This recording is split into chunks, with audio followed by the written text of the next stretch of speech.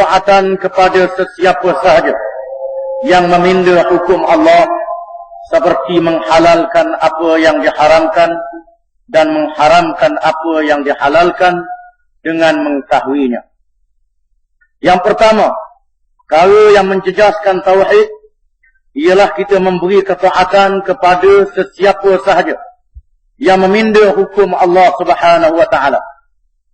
Meminda hukum Allah Ta'ala itu diantaranya ialah menghalalkan apa yang diharamkan dan mengharamkan apa yang dihalalkan dengan mengetahuinya.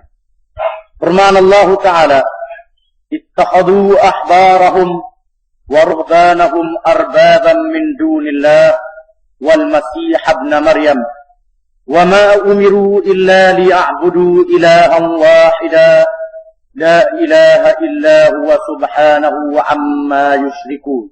At-Taubah. Maksudnya, mereka menjadikan padri-padri dan pendeta-pendeta mereka sebagai Tuhan selain Allah.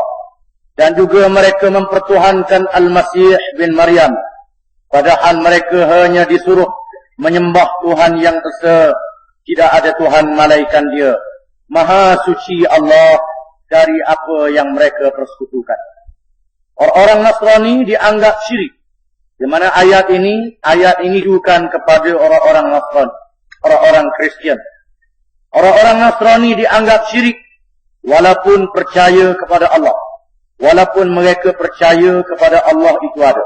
Tetapi mereka terpesong dari jalan yang sebenar apabila mereka bertuhankan juga dengan Al-Masih dan mengabdikan diri kepada padri-padri dan pendeta-pendeta mereka. Sebabnya, orang-orang Nasrani dianggap syirik ialah kerana mereka beriktikad, percaya bahawa Al-Masih, Nabi Isa alaihi salam juga adalah Tuhan. Dan mereka mengabdikan diri kepada padri-padri, pendeta-pendeta, orang-orang alim mereka. Mereka berselisih pendapat di kalangan mereka tentang kedudukan Al-Masih. Ada yang mengatakannya sebagai Allah. Ada pula yang mengatakan Allah itu satu dari yang tiga. Dan ada pula yang menganggap Al-Masih itu anak Allah. Begitulah kesesatan mereka seperti yang dinyatakan di dalam Al-Quran. Tentang padri-padri dan pendeta-pendeta pula, mereka tidaklah menganggap sebagai Tuhan, tetapi menyekutukan padri-padri dan pendeta-pendeta itu dengan Allah di dalam menghalal dan mengharamkan, kerana penentuan hukum seperti itu hanyalah kepunyaan Allah sahaja. Tidak siapapun yang berhak malaikat dengan izinnya dan dalam perkara yang diizinkan olehnya menurut dasar-dasar yang ditetapkan, seperti para rasul yang bersifat maksum dan berkewajipan menyatakan risalah mereka. Begitu juga para ulama yang diberi hak berijtihad dalam perkara yang tidak ada nas dan menurut syarat-syarat yang ditetapkan oleh agama. Orang-orang Kristian tidaklah menyembah padri. Mereka tidaklah menyembah ulama-ulama mereka. Mereka tidaklah beribadat dengan rokok dan sujud kepada orang-orang alim mereka. Tetapi mereka dianggap syirik, dianggap menyembah ulama-ulama, ialah kerana mereka menerima hukum-hukum yang dipinda oleh ulama-ulama tersebut. Apa yang dihalal diharamkan dan apa yang diharam dihalalkan. Inilah yang berlaku di dalam agama Kristian. Sebab nuzulnya ayat ini, sebab turunnya ayat ini telah disebut dahulu, lebih menjelaskan lagi tentang kedudukan mereka dalam makna syirik yang dimaksudkan itu.